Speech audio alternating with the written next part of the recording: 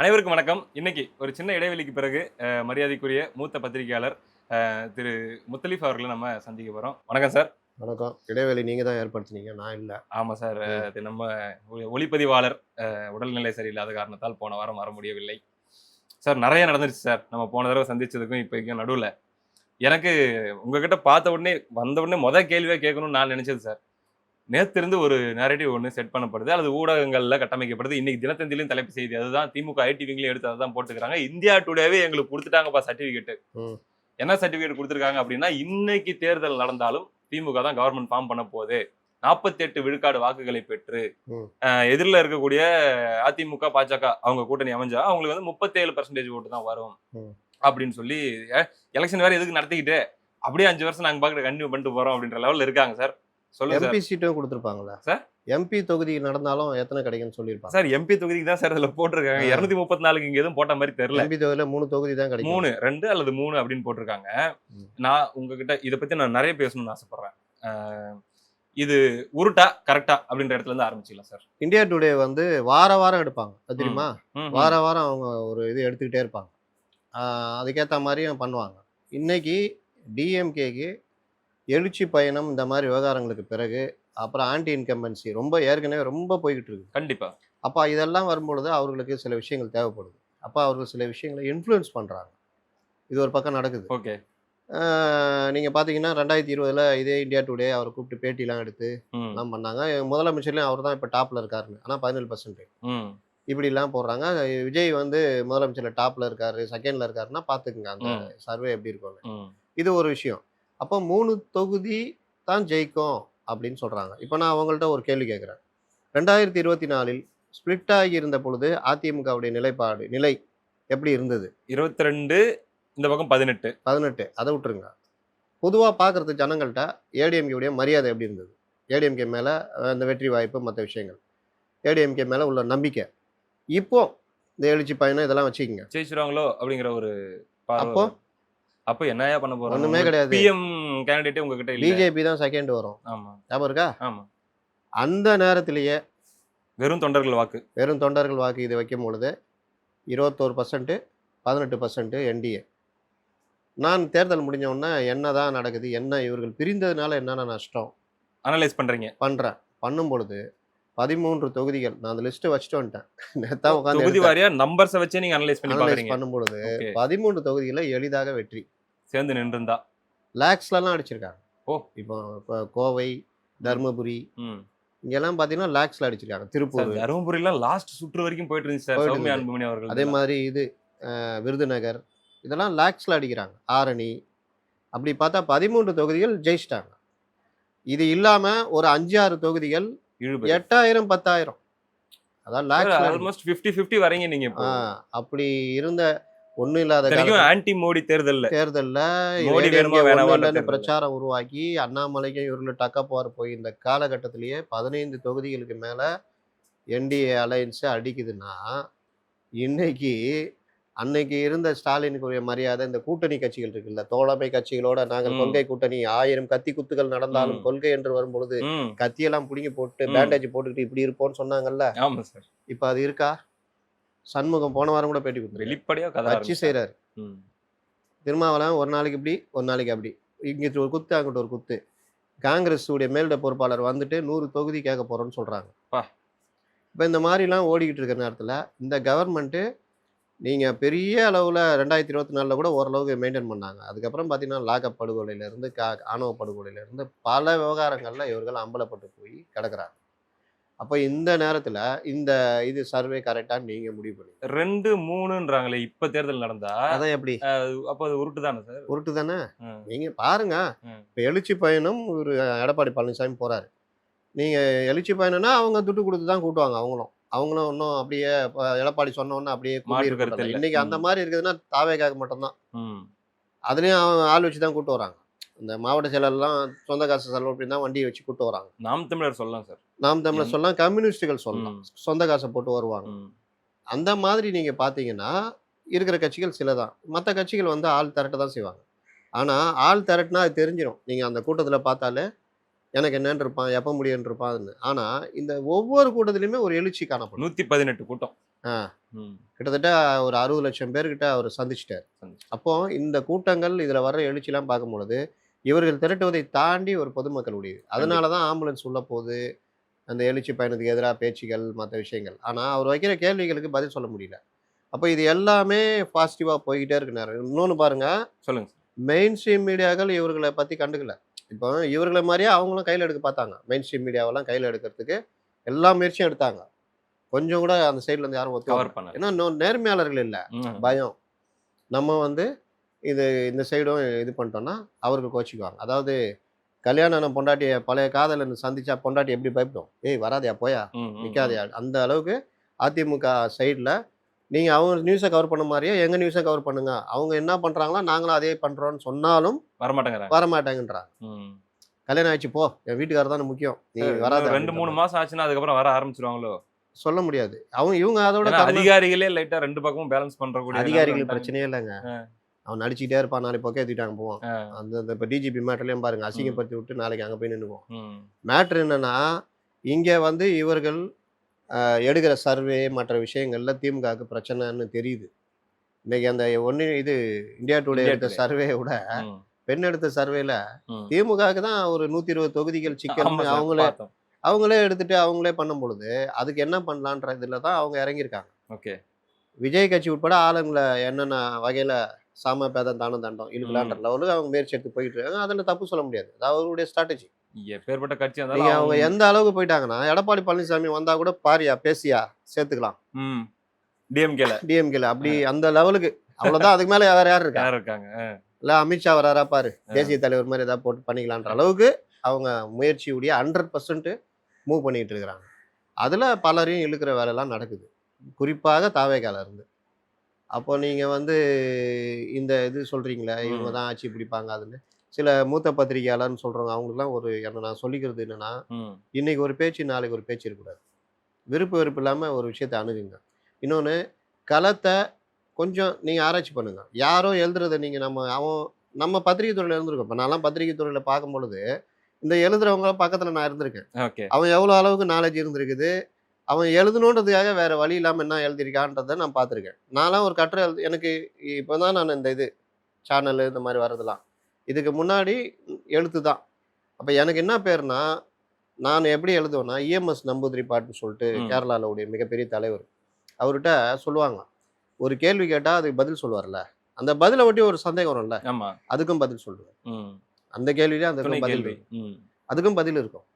அப்படிதான் நம்ம வந்து செயல்படணும். நான் எழுதுகிற கட்டுரையில் பெரும்பாலும் ஒரு விஷயத்தை எடுப்பேன்.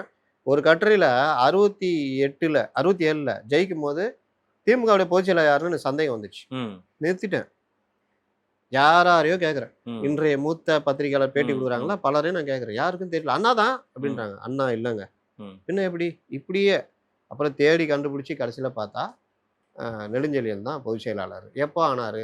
62 ஆகுறாரு, மறுபடியும் ஆகுறாரு.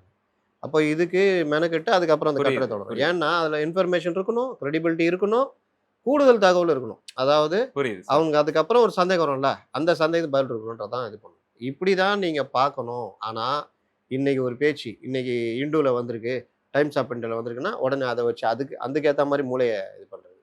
நாளைக்கு இது வருமா இதுக்கு இது வந்து ஒரு அனலிஸ்டுக்கு புரிஞ்சுக்கிறேன். இப்போ அந்த இங்க 47%, கடைசியா 2024 47% தான் நினைக்கிறேன். 45 சரி, இந்த பக்கம் 45, இந்த பக்கம் 39 சார். நடுவில் இருக்கிறது அந்த 7 விழுக்காடு தான். 2024 தேர்தலை பொறுத்த வரைக்கும் நம்ம ஏற்கனவே பேசின மாதிரி மோடி வேணுமா வேணாவான்றதுக்காக போட்ட தேர்தல். இது பொறுத்த வரைக்கும் ஸ்டாலின் அவர்கள் வேணுமா வேணாவா அப்படின்றதுக்காக ஓட்டு போற தேர்தல். ஆன்டி இன்கம்பன்சி ஃபேக்டர் கண்டிப்பா இருக்குது, அப்படிங்கிறதுல மாற்று கருத்தே இல்லை.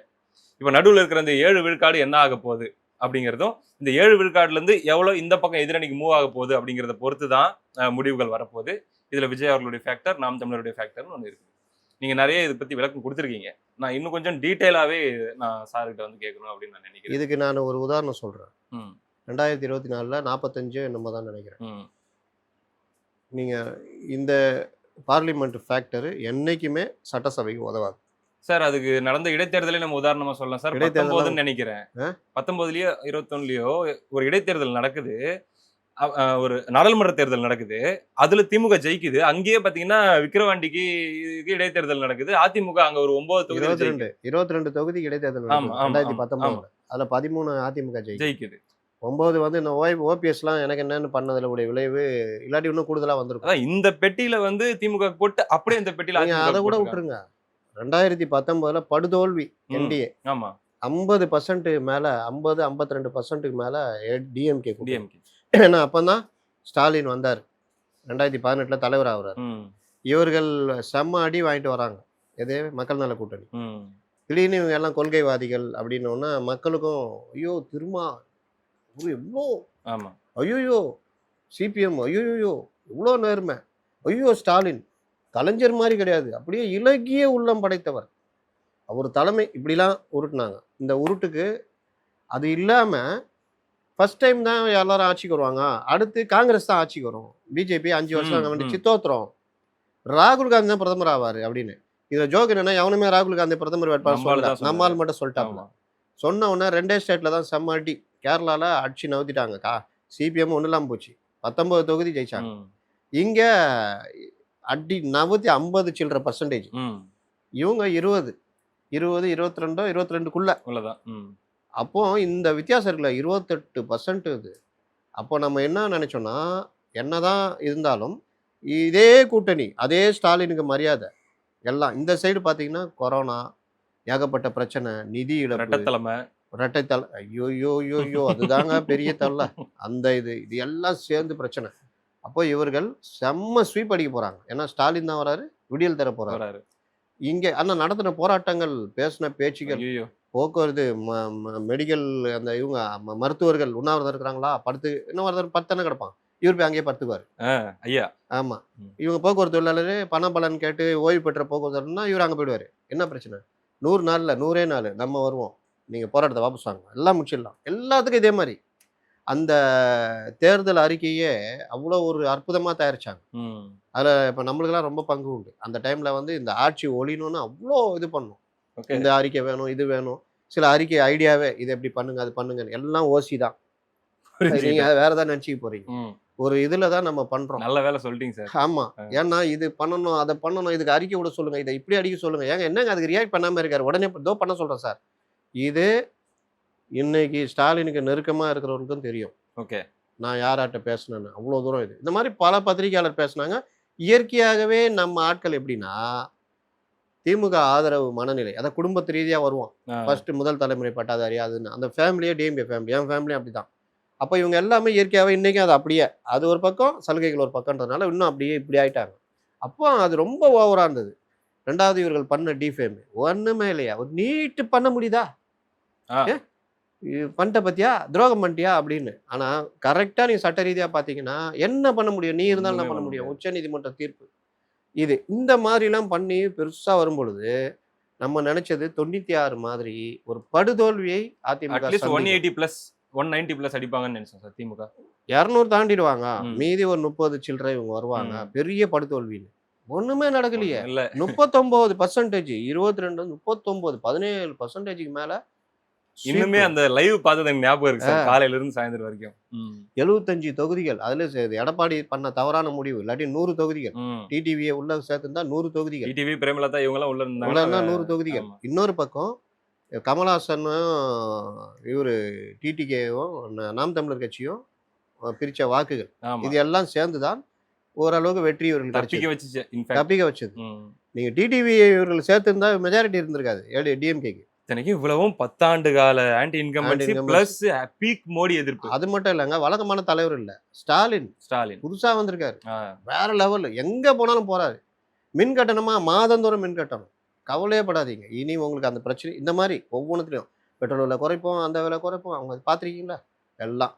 ஆனால் இந்த மரியாதை இந்த தோழமை கட்சிகளுக்கு இருந்த மரியாதை கௌரவம் எல்லாம் இருக்குதான்னு பார்த்தா சுத்தமாக அவர் வந்த உடனே அப்படியே 4 வருஷத்துல எல்லாமே தலைகீழ. இன்னொரு அதிகாரிகள் ஆட்சி நடக்குதுன்றதுக்கு மாறுபட்ட கருத்தே இருக்க முடியாது. அதிகாரிகளை நீங்கள் ஆட்சி செய்ய விட்டால் இதோ டிஜிபி இதில் பார்த்தீங்களா இந்த ஸ்டாலினுக்கு வந்து இவர் சீமாகர் வரக்கூடாது ரத்தோர் வரக்கூடாது என்ன இருக்குமா அவருக்கு அதெல்லாம் இருக்காது. அவரை பொறுத்த வரைக்கும் ஒரு நிர்வாகம் யார் வந்தால் என்ன அப்படின்றதான் இருக்கும்.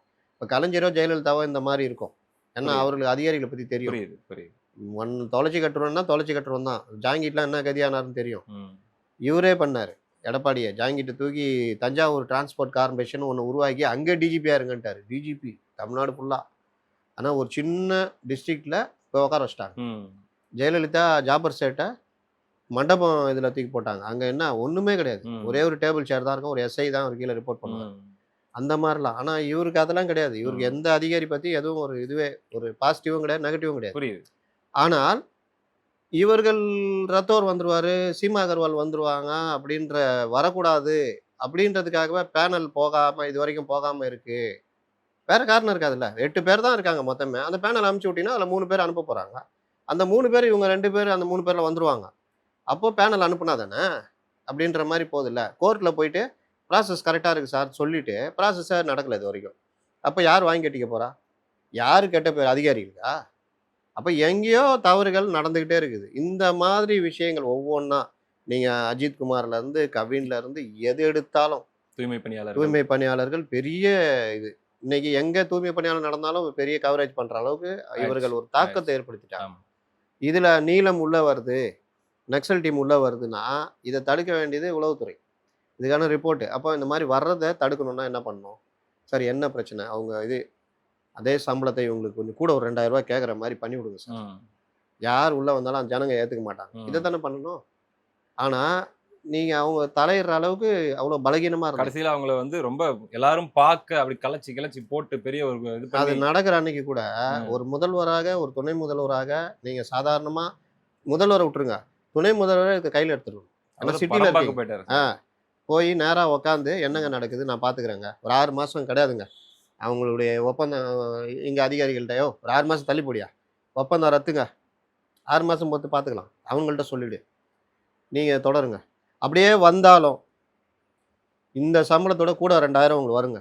உங்க பணி பாதுகாப்புங்க. கார்ப்பரேஷன் மூலியமா நடக்குங்க. அப்புறம் என்னங்க? அப்படின்னா ம். தெய்வமா கொண்டாடுவாங்க.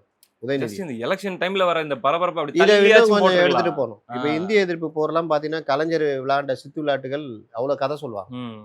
அதெல்லாம் வந்து ஒரு பெரிய இதுவா மாத்துனாங்க. அப்ப அந்த மாதிரி நீங்க கையில எடுக்கிறதுக்கு வாய்ப்பு கிடைச்சும், உங்களுக்கு கூட இருக்கிறவங்களுக்கு இது சொல்லி தர தெரியல. உங்களுக்கு தானா இத தெரியல. அதிகாரிகள் அவர்கள் திமிருக்கு அதிகாரிகள் எப்பவுமே ரெட்டேபிஸ்ட்டுகள் தானே. அவர்களுக்கு எல்லாத்தையுமே பேப்பர் ஒர்க்கா தான் பார்ப்பாங்க. வாழ்வியலோட இணைஞ்சுலாம் பார்க்க மாட்டாங்க. அப்போ அவர்களுக்கு என்ன இது முடிஞ்சா இன்னொரு கவர்மெண்ட் அங்கேயும் போய் இதையே சொல்லுவோம். இதுக்கு தான் அதிகாரிகள். அப்ப அதிகாரிகள நம்புனா விளங்க மாட்டோம். அப்போ இந்த அதிகாரிகளை இவர்கள் நம்புறது. எல்லாத்துக்கும் மேல இவர்களுக்குள்ள ஒரு இது இருக்குல்ல. சினிமா பார்க்கறது. இப்போ எடப்பாடி பழனிசாமி சொல்றாரு. கடைசியா சினிமா 20 பார்க்க வருஷம் 20 வருஷம் ஆச்சுன்றாரு. ஆகுதுன்றாரு. இப்ப எங்கள மாரி ஆட்கள் கூட சினிமாலாம் பார்க்கறதே கிடையாது. 3 மணி நேரம் நீ யார்றா என்ன முடக்கி வைக்கிறது தான் என்னுடைய எண்ணம். கோவம் வருது. நீ யார் என்ன முடக்கி வைக்கிறது 3 மணி நேரம்? ம். ஓடிடி ஏதாவது பார்த்தா கூட நான் ஒரு 1/2 ஹவர் பார்ப்பேன். என்னடா படம் தூக்கி போட்டு போயிட்டே இருப்பேன். வேற ம். ஏதாவது பார்ப்பேன். நியூஸ் பார்த்துக்கிட்டு இருப்பேன். இங்க இத நோண்டிட்டே இருப்பாங்க. படம் ஓடிக்கிட்டே இருக்கும். என்னடா ஓடிச்சே கொஞ்சம் ரிவர்ஸ் வா. ம். இப்படி தான் நம்ம படம் பார்க்குறோம். நல்ல படமா இருந்தா லயிச்சு போறோம். நல்லா இருந்தா ரிவ்யூவே எழுதுறோம். ம். ஏன்னா அந்த மாரி படங்கள் வரணுன்ட்டு. ஆனா தியேட்டர்ல போய் உக்காந்ததா இதுவே கிடையாது. நான்லாம் ரொம்ப ரேர். கடைசியா பார்த்ததுன்னு பார்த்தீங்கன்னா, விடுதலை 2. அது கூட ஓகே. ஓசி டிக்கெட் வந்தது. ஓகே. வாங்க அப்படின்னு ஒரு குரூப்பா போனோம். மத்தபடி தியேட்டர்ன்றதே கிடையாது. நம்ம வாழ்க்கை எப்படின்னா, நீங்கலாம் எங்க இருக்கீங்க? நீங்க சினிமாவே பார்க்கக்கூடாது. அப்படி பார்த்தாலும் ப்ரீவியூல சும்மா பார்த்துட்டு அது வெளிய தெரியக்கூடாது. இல்ல சார். அத எடுத்து ரிவ்யூ போடுறாங்களே. இப்படி இருக்கு. ஒரு அததான் ஆக்ஷன் சொல்றேன். என்டர்டெய்னர், த்ரோட் என்ஜாய்ட் அப்படின்லாம் அப்போ போடுறாங்க. என்ன ஆகுதுன்னா, ஒரு பக்கம் கொந்தளிப்பு. இன்னொரு பக்கம் நீங்க அதுல எண்ணெய் ஊத்துறீங்க. பத்திக்கு தான் எரியும். பத்திக்கிட்டு எரியுது. அது பத்திக்கிட்டு எரியுது அப்படின்றத கூட ரிப்போர்ட் போடல இவங்களுக்கு. ம். ஆமா பத்திக்கிட்டு எரியுதா? ஐய்யய்யோ! அப்ப அதுக்கு என்ன பண்ணலாம்? அப்படிலாம் கிடையாது. சூப்பரா இருக்கு sir. All is well sir. அங்க என்னங்க எரியுது சார் லைட் போட்டுருக்காங்க. வெளிச்சம் சார். நம்ம ஆட்சி பளபளன்னு இருக்கு சார். ஓ! அப்படியா? சரி, சூரியன்னா எரியதானே ஆ செய்யும். எரியும். ஆனா இவருக்கு அது வெளிச்சமா தெரியுது. அப்போ வித்தியாசம் தெரியுதா? இந்த பிரச்சனைகள்லாம் இருக்கும் பொழுது, இவர்கள் வந்து தானா அடுத்த கட்டத்த நோக்கி நகர்வார்களா? இல்ல இவர்கள் வந்து பயங்கரமா போவாங்க. நீங்க பின்னடைவா. கேட்டீங்கல்ல, ம். இந்த மாதிரி விஷயங்கள் 2019, 21 உதாரணம் சொல்லிட்டேன். அப்ப 21ல 10 வருஷம் இவர்கள் இருந்தாரு ஆட்சியில. ஆமா. அப்படி இருந்த 39%. ஆமா.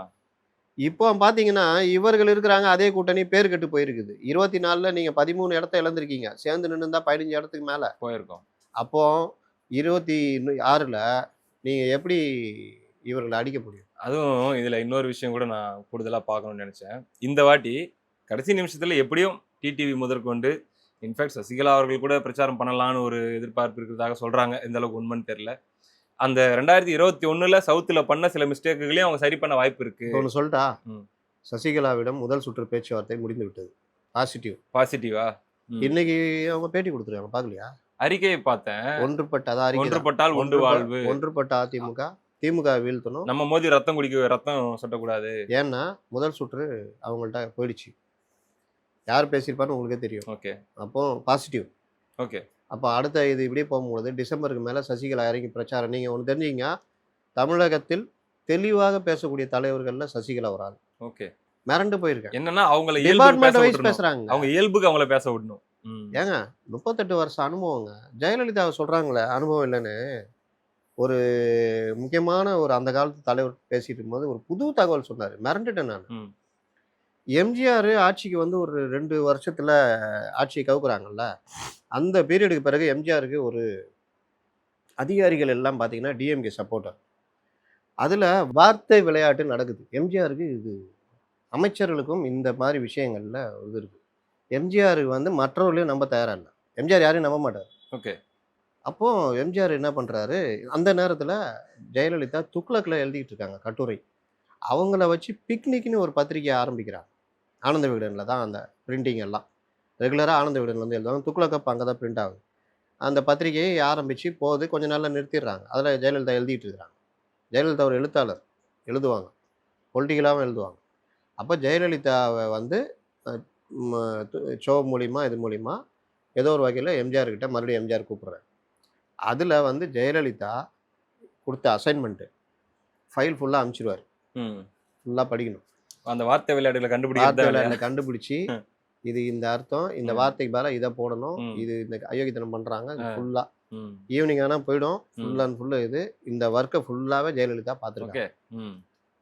அப்படிப்பட்ட ஜெயலலிதா என்ன சொன்னாங்க, அங்கே இருக்காங்க, இங்கே இருக்காங்க. அதனால நீங்கள் கவர்மெண்ட்டோ மற்ற விஷயங்கள்லையோ ரொம்ப ஒரு தெளிவாக இருக்கணும். அவங்க கிட்ட 38-30 வருடங்களுக்கு மேலே இருந்த சசிகலா கிளாரிட்டி இருக்கு, அவங்க பேசுறதுல தெரியுதுங்க.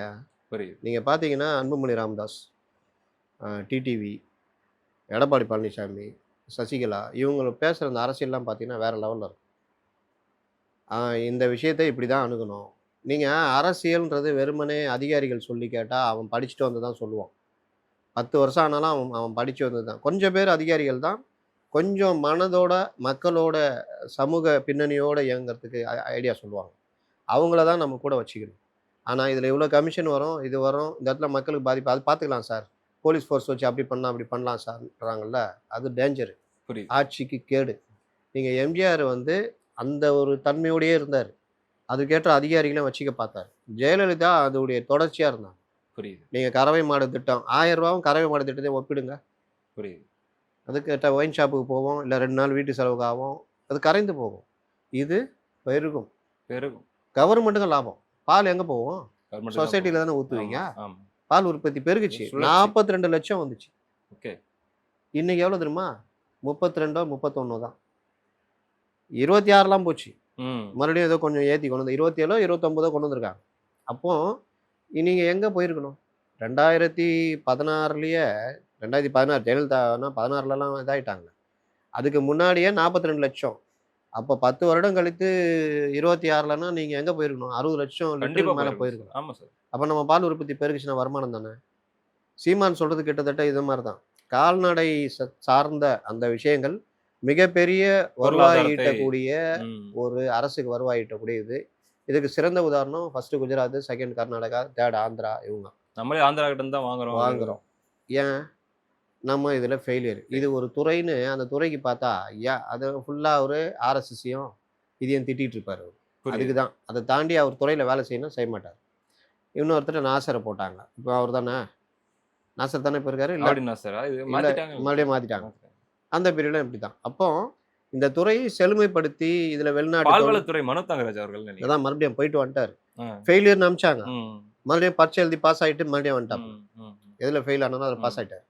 அப்போ இதில் கனிமொழி, நான் இன்னொன்று சொல்கிறேன், சமீப காலமாக திமுகவில் வளர்ந்து வரும் தலைவியாக கனிமொழி. நோட் பண்ண முடியுது சார். நோட் பண்ணிக்கங்க. ஆமாம் சார். அவர்களை மீறி முதல்வர் முடிவெடுப்பதில்லை. Super sir.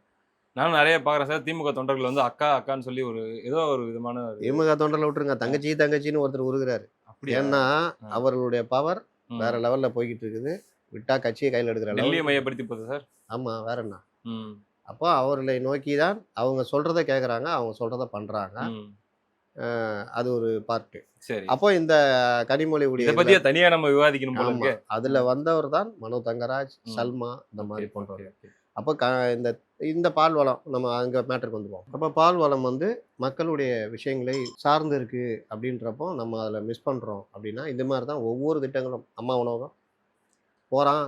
சார் கேக்குறாங்க சார். கீழ கூட்டத்துல இருந்து எடப்பாடி அவர்கள்கிட்ட அப்படின்னு சிக்னல் பண்ணி கேக்குறாங்க சார். அவரு யார் என்ன என்ன சொல்றாப்புல தம்பி? அம்மா உணவகம் வேணுமா? அம்மா உணவகம் நான் வந்தா பண்ணுவேன், டபுள் ஆக்குவேன், எல்லாம் இட்லி பண்ணுவேன்றாரு. இருக்கு, சாம்பார் இல்ல அம்மா அப்படின்னு. இட்லி அதான் இட்லி எல்லாம் அவிச்சு வச்சுட்டாங்க. வீட்ல சாம்பார் இருந்து மிளகா பொடி, சர்க்கரை இதெல்லாம் வாங்கிட்டு போயிடணும். ம். அதுக்கப்புறம் என்னது? இட்லி இருக்கு, தட்டு இல்லன்னுவாங்க. ஆ. அப்ப தட்டு இருக்குது, சாம்பார் இருக்குது, இட்லி இல்லன்னுவாங்க. ம். அந்த மாதிரி கூத்தெல்லாம் நடக்கும். ஆ. அப்ப திட்டமிட்டு இதை புறக்கணிக்கிறது. மேயர் என்ன சொல்றாங்க? லாபம் வரலன்றாங்க. இந்த ஹோட்டலா இது நடத்துறீங்களா? லாபத்துக்காக தொடங்கப்பட்ட ஒரு இதே இல்லையே. கிடையாது. ஆக்சுவலா இது சைதை துரைசாமி கான்செப்ட். அவர் சைதாப்பேட்டில் ஒரு கேண்டீன் நடத்தினார். ம். பயங்கர ஃபேமஸ். இப்போ இருக்குன்னு நினைக்கிறேன். ஓகே. அவர் தான் இந்த கேண்டீன் இந்த சிஸ்டத்தை கொண்டு வரணும்னு நினைச்சாரு. அங்கேயும் திறந்தாரு. ரிப்பன் பில்டிங்ல நாங்கெல்லாம் போனா அப்போ பீட் பார்த்துருந்தோம். ஓகே.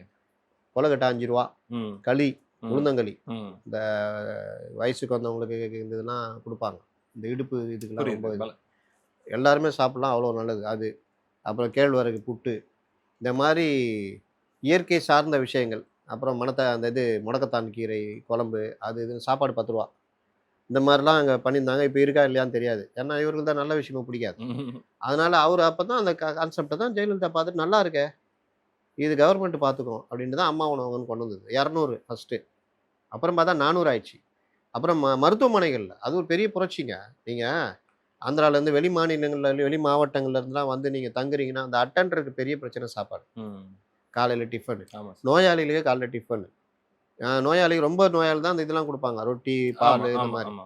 அவங்களுக்கு டிஃபனு. வந்து தங்குறவங்களுக்கு இது. படுத்துக்கிறது கூட அங்கே வராண்டால படுத்துவாங்க. சாப்பாடுக்கு அம்மா உணவகம் அப்படி பயன்பட்டுச்சு. இது எல்லாத்துக்கும் மேலே கொரோனால அம்மா உணவகம்னு ஒரு கான்செப்ட் இல்லைன்னா பல பேச்சுலர்கள் சாப்பாடு இல்லாமல் போயிட்டுருப்போம். உண்மை அப்போ சார். இது வந்து எவ்வளவு முக்கியமானதுன்றத நம்ம பார்த்தோம். அதை வந்து அந்த சிஸ்டத்தை அழிக்கிறாங்க. வந்தவொடனே என்ன பண்ணாங்க? அம்மா உணவகம் போர்ட போர்டெல்லாம் எடுக்க அடிச்சு பார்த்தாங்க சார். மொத இன்சிடென்ட் அந்த போர்ட எடுத்து தூக்கி போட்டு இதில் பண்ண நம்ம பார்த்தாங்க. வில்லிவாக்கத்து பக்கத்தில் உடைச்ச உடனே இவர் என்ன பண்ணாரு? அவங்கள சஸ்பெண்ட் செய்கிறேன், ம். நாங்கள் அப்படி பண்ணுவோம். ஆமா. கூடுதலாக கலைஞர் உணவகம் திறப்பண்ட்டாங்க. ஆ. இப்போ உள்ளதுக்கே ஒன்றும் இல்லாமல் போயிடுச்சு. கலைஞர் உணவகம் என்ன ஆச்சுன்னு தெரியாது. அந்த பேர்ல சரி வேணாம். அதுக்குள்ள போக வேண்டாம். ஆச்சா? அப்போ இது மாதிரி சமூகம் சார்ந்த விஷயங்கள்ல இருக்கிறது தான் கரெக்ட். ஆனா இவர்கள் அதிகாரிகளை நம்பி இந்த மாதிரி போயிட்டு இருக்காங்க. இது எல்லாம் சேர்ந்து தான் தேர்தலில் எதிரொலிக்கும். ஓகே. இப்ப அந்த கடைசி கேள்வியாவே நான் வச்சிடுறேன். இத நம்ம பேசி நம்ம நிறைவு பண்ணிக்கலாம். ஸ்பாய்லர் அப்படின்றத உங்களுடைய சில பேட்டிகள்லயும் நான் பார்த்தேன். இந்த ஸ்பாய்லர் அப்படின்றதுல நீங்க ஒரு கான்செப்ட் சொல்றீங்க. விஜய் ஸ்பாய்லராக இருப்பார். அது வந்து திமுகவுக்கு எதிராக அமைவதற்கான வாய்ப்பு அதிகம். அதிமுக கூட்டணியை வெல்ல வைப்பதற்கான வாய்ப்பு அதிகம்ன்ற ஒரு பார்வையை நீங்க வைக்கிறீங்க. ஆனா அதே இந்தியா டுடேல அவங்க லிட்டரலா சொல்றாங்க அந்த விவாதத்துல, விஜய் என்ன பண்ண போறாரு? திமுக பிடிக்கலன்னு சொல்லி யார் யாரெல்லாம் அதிமுகவுக்கு ஓட்டு போடலாம்னு இருந்தாங்களோ, அவங்களெல்லாம் அட்ராக்ட் பண்ணி தாம் பக்கம் இழுத்துக்கிறது மூலமா மீண்டும் ரொம்ப ஈஸியாகவே அவர் திமுக எதிர்ப்பு அரசியலே பண்ணாலும் திமுகவை கொண்டு வந்து அரியணையில உட்கார வைக்க போகிறார். கம்ஃபர்டபுளாக அப்படி ஸ்வீப் பண்ண வைக்க போகிறார் விஜய்ன்னு சொல்றாங்க. இதை நான் 2, 3 பிரிச்சு சொல்றேன். சமீபத்துல ஒரு மாசம் 2 மாசம் இருக்கும்னு நினைக்கிறேன். ஒரு நண்பர், விஜய்க்கும் நண்பர், ம். திமுகவிற்கும் நண்பர். ம். அவர் விஜய்க்கு ரொம்ப நெருங்கிய நண்பர். ம். அவர் மூலியமாக ஏதோ ஒரு பேச்சுவார்த்தை நடந்து ம். திமுகவை எதிர்க்க கூடாது, என்டிஏக்கு போகக்கூடாது, என்டிஏக்கு போகக்கூடாது. இங்கே இருங்க அப்படின்னு என்ன அர்த்தம்னா, பெரிய அடி வேணாம், சின்ன அடி நாங்கள் ஏதாவது சமாளிக்க பார்க்குறோம் அப்படின்றது ஒன்று. அது கிட்டத்தட்ட ஓகே ஆயிடுச்சின்னு கேள்விப்பட்டேன். ம். அதனால அவர் என்டிஏக்கு தள்ளி போடுறாரு. ஓ. சொல்ல முடியாது. இந்த செப்டம்பர் 17 ஈரோடுல இருந்து ஸ்டார்ட் பண்றாராம். உங்க பயணத்தையா? இதில் நான் பதிவு பண்றேன். First exclusive. எக்ஸ்க்ளூசிவ் ம். அங்கே ஸ்டார்ட் பண்றாரு. டிசம்பர்ல தஞ்சை மாவட்டத்தில் இல்லாட்டி திருச்சி மத்திய மண்டலத்தில் ஏதோ ஒரு ஓகே. இடத்துல மாநாடு நடத்த போறாரு. இதையும் நான் பதிவு செய்கிறேன். 3வது மாநில மாநாடு. இது போகும்பொழுது அவர் தெரிஞ்சுக்குவார் யதார்த்தம் என்னன்னு. அப்போ கொஞ்சம் யோசனை வரும். இன்னும் நெருங்க வேட்பாளர் கிடைக்காமலாம் போகும்போது சரி பேசுவோன்னு. அவங்க எப்போ வேணாலும் ரெடி. நாளைக்கு தேர்தல்னா கூட இன்னைக்கு பேச்சுவார்த்தை வந்தால் கூட ஒரு 20 சீட்டு கலைஞர் அந்த மாதிரி வேலைலாம் பண்ணுவார். ம். கடைசி டைம் அவுத்தி விட்டு போயின்னு இருப்பார். அந்த மாதிரி அவர் ரெடியாக இருக்காங்க. இது ஒரு பார்ட்டு. இன்னொரு பார்ட்டு, இவர்கள் சொல்றது வழக்கமான ஒரு இது இந்தியா டுடே இது. நான் அதனால தான் சொல்றேன். நான் பத்திரிகை துறையில பணிபுரிஞ்சனால சொல்றேன். இவர்கள் எல்லாம் யாரு? ஆங்கிலம் இப்ப ஆங்கில பத்திரிகையிலே வருது அப்படின்றப்போ, அந்த ஆங்கில பத்திரிகை செய்தியாளர்கள நான் பார்த்துருக்கேன். அது இல்லாம இது என்ன சார் லாஜிக் எனக்கு புரியல. ஒரு நிமிஷம் நான் என் கருத்த பகிர்றேன். தப்பா இல்ல கரெக்ஷன் இருந்தா நீங்க சொல்லுங்க சார். அதிமுக வோட்டர்ஸ் அப்படின்னு பார்த்தா எல்லாமே 35 பிளஸ்ஸா இருப்பாங்க. அவங்க சும்மா ஓட்டு போட சொன்னா கூட போய் அதிமுக தான் போடுவாங்க. மேல ஆளுங்கட்சி, எதிர்க்கட்சின்றது பார்க்காம. அப்படி விழுந்தது தான் அந்த 22% ஓட்டு. நான் புரிஞ்சுக்கிட்ட வரைக்கும். 2வது பார்த்தீங்கன்னா, பிஜேபி வோட்டர்ஸ். அவங்க என்ன பண்ணாலும் பிஜேபிக்கு தான் ஓட்டு போடுவாங்க. ஏன்னா, அது ஒரு கொள்கை சித்தாந்த அடிப்படையிலான ஓட்டு. பாமக அப்படிதான். அது அவங்களுக்கான ஓட்டு அந்த 4% அப்படிங்கிறது. தேமுதிகவும் அப்படிதான். இங்கருந்து எந்த ஓட்ட ஸ்ப்ளிட் பண்ண முடியும்னு எனக்கு தெரியல. இதுக்கு மேல எக்ஸ்ட்ரா வரணும்னா தான் அந்த ஆன்டி இன்கம்பன்சி ஓட்டுங்கிறது அந்த 39க்கு மேல பிளஸ்ஸா வந்தா உண்டு. அது 42 வரலாம், 43, 44 எப்படி வேணா மாறலாம். அது ஒரு ஓட்டு வரலனா கூட இவங்களுடைய 39க்கு எந்த பாதிப்பும் இருக்காதுன்னு தான் எனக்கு தோணுது. அப்படிங்கும்போது எந்த அடிப்படையில அது திமுகவுக்கு சாதகமா போகும் அப்படின்னு தெரியல. ஏன்னா திமுகவை பொறுத்தவரைக்கும் எல்லாமே அன்ஸ்டேபிள் ஓட்டர்ஸா தான் நான் பார்க்குறேன். விசிகாலையும் அப்படியான ஒரு இஷ்யூ இருக்கிறதா தான் நான் பார்க்குறேன். குழப்பத்துல இருக்காங்க. ஒரு கலவை சாதம். கலவை சாதமா தான் இருக்கு. தொழிலாளர்கள் சங்கங்கள் இவங்களும் பயங்கர குழப்பத்துல இருக்காங்க. கிறிஸ்தவர்கள் குழப்பத்தில் இருக்காங்க. அதே போல பெண்கள் அவங்களும் பார்த்தீங்கன்னா, இப்ப விஜய் அவர்களுக்கு போடலாம், ஓட்டு போடலாமா அப்படின்றது. அப்ப இங்க தானே டேமேஜ் ஆகணும். என் பார்வை எப்படி சரியா இதுதான் வழக்கமான வாதம். ஆனா நான் சொன்னேன்ல, ஆங்கிலம் நம்ம விட்ட ஒரு ஒரு மென்டாலிட்டி இருக்கு தெரியுமா? இங்கிலீஷ்ல நீங்க ஒரு விஷயத்த போய் ஒரு இடத்துல பேசுனீங்கன்னா, உங்களுக்கு மரியாதை குடுப்பான். ஒரு ட்விட்டர்ல இங்கிலீஷ்லயே பேசி இது ஆமா பண்ணா, சார். நெறைய பேர் வராங்க சார். பயங்கரம்பா அதிலயே சொல்ட்டான்னுவான். இங்கிலீஷ் பத்திரிகையில வந்து அது பெருசுன்னு நினைப்பான். ஆங்கில பத்திரிகை ஒரே ஒரு எத்திக்ஸ் மட்டும் கையாளுவாங்க. பாராட்ட தகுந்த விஷயம். தன்னுடைய இஷ்டத்துக்கு எழுத விட மாட்டாங்க. கண்டதை எழுத விட மாட்டாங்க. ஃபேக்ட எடுப்பாங்க. ஆர்டிஐ இந்த மாதிரி எடுப்பாங்க. அதற்கான எதிர்த்தரப்புடைய வெர்ஷனையும் கேட்டு போடுவாங்க. இது ஆங்கில பத்திரிகையுடைய கிரெடிபிலிட்டிக்கு காரணமா இருக்கு. ஆனாலும் அவர்களும் எனக்கு என்னன்னு எழுதுவாங்க. சமீபத்துல ஒரு ஆங்கில பத்திரிகை இந்து அந்த ரிப்போர்ட்டர் என்ன பண்றாரு, அமித்ஷா வந்து கூட்டணி அரசுன்னு சொல்லிட்டாரு. இன்னும் அதிமுக திமுக கூட்டணி உள்ள ஜெல்லாவுல இப்படிலாம் எழுதுறாரு. என்னன்னா அவரும் இந்த பிரச்சாரத்துக்கு இரையாகிட்டார் அல்லது அந்த சார்ந்த மனநிலையில இருக்காருன்னு அர்த்தம். அப்ப நீங்க எப்படி ஏத்துக்குவீங்க? இன்னொன்னு ஆங்கில பத்திரிகையாளர்கள்ட்ட நான் பழகியிருக்கேன். பலரும் வந்து பெரிய சோர்ஸ்லாம் இருக்காது. நம்மள மாதிரி ஆமா. அப்ப அவர்கள் வந்து இந்த மாதிரி நம்மள இருக்கவங்க தான். ஆனா வெளியில வரும்பொழுது நம்ம சொன்ன கருத்தை என்கிட்ட சசிகலா பிரிஞ்ச பொழுது ஒரு அம்மா இன்னைக்கு பெரிய அம்மாவா இருக்காங்க. அந்த அம்மா சார்பு அம்மா. அந்த அம்மா என்கிட்ட பேசுறாங்க. நான் ஃபுல்லா சொல்றேன். பிரிச்சு சொல்றேன். பாயிண்டடா சொல்றேன். நான் சும்மா தான் என்கிட்ட உரையாடுறாங்கன்னு நினைச்சா அடுத்த வாரம் அந்த வார பத்திரிகையில ஆங்கில பத்திரிகையில பக்கா கட்டுரையா வருது. சொன்னது ராப்பர் ஆர்டிகல் அது. எப்படி இப்படிதான் சார் நிறைய பேர் இருக்காங்க. அது நமக்கு ஒன்றும் பிரச்சனை இல்லை. நான் எப்படி பார்ப்பேன்னா இந்த கருத்துக்கள் மற்றவன் சொல்றதை விட நம்ம சொல்ற நல்ல விஷயம் ஒரு பாயிண்டடா இருக்கிற விஷயம் வெளியே போதா, அது யார் எடுத்து பயன்படுத்துறாங்களா, அது பயங்கர கலர்ஃபுல்லான ஒரு பிளாட்ஃபார்ம்ல இருந்து வரும்போது அந்த கருத்துக்கு வந்து ஏதோ பெரிய ஒரு வேல்யூ கிடைக்குது. இதுல பாத்தீங்கன்னா ஜெயலலிதா மருத்துவமனையில் அனுமதிக்கப்பட்டது, ஜெயலலிதா மரணம் அடைந்தது. நான் பெருமைக்கு சொல்ல, பிரேக்கிங்கு எங்க குரூப்ல நான் தான். யாருக்குமே தெரியாது. 4 மணிக்கே மேட்ரு இது, உடனே ஒரு முக்கியமான பிரச்சனை தயாராகுங்கன்றான். இன்னைக்கு பல எடிட்டரா இருக்கிறவங்களுக்கு தெரியும். இதை பார்க்குறவங்க கூட தெரியும்.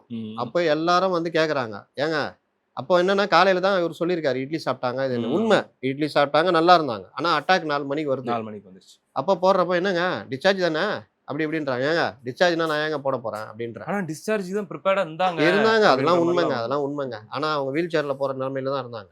அதுக்காகவே ஆனா அட்டாக் தகவல் நமக்கு வருது. வரும்பொழுது நம்ம சொல்லும் பொழுது என்னன்னு கேட்குறாங்க. ஒரு ஆங்கில பத்திரிகையுடைய இன்னைக்கு அவங்க இல்லை. அந்த அம்மா கேட்குறாங்க, நான் என்ன பண்ணணும்னு கேட்குறாங்க. வீட்டுக்கு போங்கன்றேன். என்ன சார் இப்படி சொல்கிறீங்க, வேற முடிஞ்சிச்சுன்றேன், அப்புறம் என்ன பண்ணுறதுன்னு கேட்குறீங்க, எதா பண்ணீங்கன்ட்டு போயிடும். ஆனால் நான் 7:30 மணிக்கு அந்த இடத்துக்கு போகும்பொழுது அவர்கள் கண்டுபிடித்த மாதிரி ஒவ்வொருத்தரும் பேசுகிறாங்க. இது என்ன நெருங்கின நண்பர்களுக்கு தெரியும். இன்னொன்று ஒரு பெரிய எடிட்டரு இன்னொரு நாள் பேட்டியில் எனக்கு கோவையிலேருந்து ஒருத்தர் தகவல் சொன்னார்னு உருட்டுறாரு. சரி உருட்டிங்க, அது உங்க இதுன்னு. இதுல என்னன்னா இந்த மாதிரி பார்வை இருக்குல்ல, இதுதான் இவர்களுக்கு வந்து ஒரு பிளஸ்ஸா அமையுது. சாதாரணமா நம்ம என்ன சொல்லுவோம், யோ அதிமுக போடுற வாக்குகள்லாம் இப்ப விஜய் வந்துட்டாரு, அவருக்கு தான் உலகா, அதனால அதிமுக தான் அடின்னுவோம். இது பொதுவான வாதம். ஆனா இப்ப நீங்க சொன்னீங்கல்ல, இதே தான் நான் கருத்தை வைக்கிறேன். திமுகவுடைய வாக்குகள்னு எடுத்துக்கோங்க. ஸ்ட்ராங் ஓட்ஸ் என்னன்னா சிறுபான்மை மக்கள் 6+7 5+6 11%. 11. அந்த 11 என்டிஏக்கு எந்த காலத்திலும் விழாது. அதான் ஏதோ அவங்களுக்கு ஆசை இல்ல சின்ன அதுல. சதரம் கொஞ்சம் விழும். ஆமா. ஆனா 1% வச்சுக்கலாம், 10% இங்க சாலிடா இருந்ததுல விஜய் கை வைக்கிறார். 2 கை வச்சாலே ஆபத்து சார். ஏங்க கிறிஸ்தவர்கள் வாக்கு ஃபுல்லா சபையில பேசி விஜய்க்கு போடணுன்ற மாதிரி போதுங்க. அந்த வேலையை ஜானும் பாத்துக்கிறாரு. அப்ப இந்த ஒர்க்கு ஜான் ஒரு பெரிய இது தெரியும்ல, எப்பவுமே பைபிளோட தான் சுத்திட்டு இருப்பாரு. இனிகோ கூடுதல் தகவல். அவர்களும் ஏதோ லைட்டா ஆமா, அவன் வரும், இனி வருங்க. இனி வரும். நான் தான் சொல்லிட்டேன், நான் சொன்னேன், யாரும் நம்பல. ம். ஜானும் விஷ்ணு ரெட்டியும் கை கோத்துட்டாங்க, புஷியை ஓரம் கட்டுறாங்கன்னு சொன்னேன். ம். அது யாரும் நம்பல. நமக்கு வர்ற தகவல் தான் நம்ம சொல்றோம். இன்னைக்கு இப்ப அது நடந்துகிட்டு இருக்குது. கோஷ்டி பூசல் பெருசா போய்கிட்டு இருக்கு. இதுல நீங்க ஜானு இவர்கள் எல்லாம் ஏற்பாடு பண்றதுல வர்ற கிறிஸ்துவ வாக்குகள், அதனால தான் சீமானும் போய் இந்த மாதிரி விஷயங்கள்லாம் பேசிட்டு இருக்காரு. எல்லாம் நோட் தி பாயிண்ட். நோட்டிங். ஆமா, இந்த விஷயங்கள்ல வந்து கிறிஸ்தவர்கள் வாக்கு ஒரு பக்கம், இன்னொரு பக்கம் இஸ்லாமியர்கள் வாக்கு இது. அப்ப இதுல ஒரு 6% கை வச்சா நீங்க யோசிச்சு பாருங்க, மொத்தத்துல 6 முடியுது. பெரிய ஆபத்து சார். 2வது பட்டியலின இளைஞர்கள் வட மாவட்டங்கள்ல விசிகாக்கு பலமா இருந்தது. கண் கூட பாக்குறோம் சார். அது விக்கிரவாண்டி மாநாட்டுல இருந்து பல இதுல பாக்குறோம். அந்த அப்படியே அப்பா நீ போட்டுக்கோ, நான் இங்க, இது ஒரு 100% இதை நான் பாக்குறேன் சார். பெண்கள் வாக்கு நீங்க 1000 ரூபாய் கொடுத்து தக்க வைக்கிறது அதுக்கு தான். ஆனா அந்த பெண்கள் வாக்கு பெரிய அளவுல அவர் பிரச்சாரம் மற்றது போகும்போது, ஏன் இவருக்கு போட்டா என்ன, அவர் ஒன்றும் இல்லை. இப்போவே நம்ம அவருக்கு குழு கொடுக்குறது என்னன்னா, டாஸ்மார்க் மேட்டரை தொட்டு பேசினாருன்னா பெண்கள் வாக்கு அவருக்கு தான், விஜய்க்கு தான். அப்போ டாஸ்மார்க் மேட்டர்ல, ஏன்னா இவர்களும் கூட கொஞ்சம் யோசிக்கணும். ஏன்னா இவர்களும் டாஸ்மார்க் வச்சிருந்தவங்க. ஏன்னா இவர்கள் ஒரு தகுதி 500 குறைச்சாங்க, இவங்க அதை கூட பண்ணல. அப்போ இது எதுவுமே இல்லாமல் ஃப்ரெஷ்ஷாக வராரு. இவர் பேசுறதுக்கு முழு உரிமை இருக்கு. ஆனால் அவர் என்ன பார்வை பார்க்குறாரோ நமக்கு தெரியாது. அப்போ அந்த மாதிரி விஷயங்கள் பார்க்கும்பொழுது நீங்கள் பார்த்தீங்கன்னா டிஎம்கேவோட கோர் ஓட்டு இவர்களுக்கு உழுது. இந்த அடிப்படை தெரியாமல் மூத்த பத்திரிகையால் சொல்கிறவங்க இந்த மாதிரி பேசுகிறவங்களாம் முட்டாள்கள் அப்படின்ற மாதிரி பேசுகிறாங்க. காலம்தான் இதுக்கெல்லாம் பதில் சொல்லும். ஏன்னா நீங்கள் யார் ஓட்டை பிரிக்க போகிறாங்கன்றது. இல்லை சீமானுக்கும் பிரச்சனை. சீமானுக்கு இருந்த இளைஞர்கள் வாக்குகள் தாவேக்காவுடைய வாக்குகள் இல்லைன்ற நிரூபிக்க வேண்டிய கட்டாயத்தில் சேலஞ்சிங் ஆயிருக்கு. சேலஞ்சிங். செகண்டு, அவரு கூடுதலாக அந்த 8% தக்க வைக்கிற வேலை பண்ணணும். 2-3% ஏற்றுற வேலையும் பார்க்கணும். இது எல்லாமே அவர் முன்னாடி உள்ள சேலஞ்ச். அதனால தான் அவர் வந்து ஜங்கிள் அங்கிள்னு அடிச்சுக்கிட்டு இருக்காரு. இது எல்லாமே இந்த 26ல் பெரிய அளவில் மூவ் ஆகுது. இது இப்போ நீங்க பாத்தீங்கன்னா ஒரு 3 மாசத்துக்கு முன்னாடி டிஎம்கேக்கு இருந்த மரியாதையும் இப்போ இருக்கிற பாத்தீங்கன்னா ஒரு 2% சரிஞ்சிருக்கு. ஏன்னா துப்புரவு பணியாளர்ல இருந்து ஆணவ கொள்ள இருந்து பல விஷயங்கள் மக்கள் சந்திக்கவே போக முடியல சார். போனா அங்க ரவுண்ட் கட்ட கேள்வி கேட்கறாங்க, ஓடியாராங்க. இவர்கள் வந்து பீகார்ல ஓடினதை வந்து எடுத்து போட்டுக்கிறாங்க. இதுதான் காமெடி. அதனால இவர் அடுத்தடுத்து கட்டங்கள் நகரும் பொழுது இன்னும் மேலும் இந்த சிக்கல்கள் அதிகரிக்கும். இது எல்லாத்துக்கும் மேல இவர்களுக்கும் அதே சீட்டு பங்கீடு இருக்கு. அது ஒரு வகையில ஏதோ ஒரு வகையில சரி செய்யப்படும். ஏன்னா அவர்கள் நோக்கம் 29 தான், 26 கிடையாது. ஆனா இங்க அப்படி இல்லை, போராட்டம். அப்போ இங்க பெரிய பிரச்சனை ஓடும். இது எல்லாமே இருக்கு. பெண் ஆதிக்கம், மகனுடைய ஆதிக்கம், சீனியர்கள் ஜூனியர்கள், கனிமொழி எல்லாம் இருக்கு. இந்த குழப்பங்கள் எல்லாமே 26 பிப்ரவரியில பெரிய அளவுல எதிரொலி. அதனால ஏதோ ஒரு இங்கிலீஷ் மீடியா சொல்லிருச்சு அப்படின்னா அது ஏதோ ஒரு பயங்கரமான ஒரு எக்ஸ்க்ளூசிவ் அப்படின்னு பார்க்கறத விட 400 பார் எல்லாம் என்ன சொன்னாங்க, 400 சீட்டு வரும்னு சொன்னாங்களா? அப்புறம் 350 வரும்னாங்களா? ஆனா 240 தானே வந்தது. இது எல்லாமே இவர்கள் போன தடவை என்னப்பா வந்துச்சு, அதுல கொஞ்சம் எடுத்து போட்டுக்கிறது. இது இந்த மனநிலை எழுதுறது பண்றது தான். ஓகே சார், மக்கள்கிட்ட சொல்ல வேண்டியது அதான் சொல்ல வந்தேன். அதனால ஏதோ ஒரு இங்கிலீஷ் மீடியால ஏதோ கலர்ஃபுல்லா சொல்றாங்க அப்படின்ட்டு பாக்குறத விட சாதாரண ஒரு பிளாஸ்டிக் சேர்ல அதெல்லாம் பார்க்க மாட்டான். அதெல்லாம் பார்க்க மாட்டான். அவனுக்கு அவன் பிரச்சனை தான். கரண்ட் பில் 1000 ரூபாய் கொடுக்குறேன், 4500 கட்டுக்கிறேன். அந்த மக்களை சொல்ல சார், பொலிட்டிக்கலை அனலைஸ் பண்ணக்கூடிய அவங்க திருந்த மக்களை சொல்றாங்க. அவங்க திருந்த மாட்டாங்களா? சரிங்க சார், உங்களுடைய நேரத்தை செலவழித்து இவ்வளவு நேரம் ரொம்ப இன்ட்ரெஸ்டிங்கான நிறைய தேவையான கருத்துக்களை யதார்த்தத்தை பகிர்ந்து கொண்டதுக்கு ரொம்ப நன்றி சார்.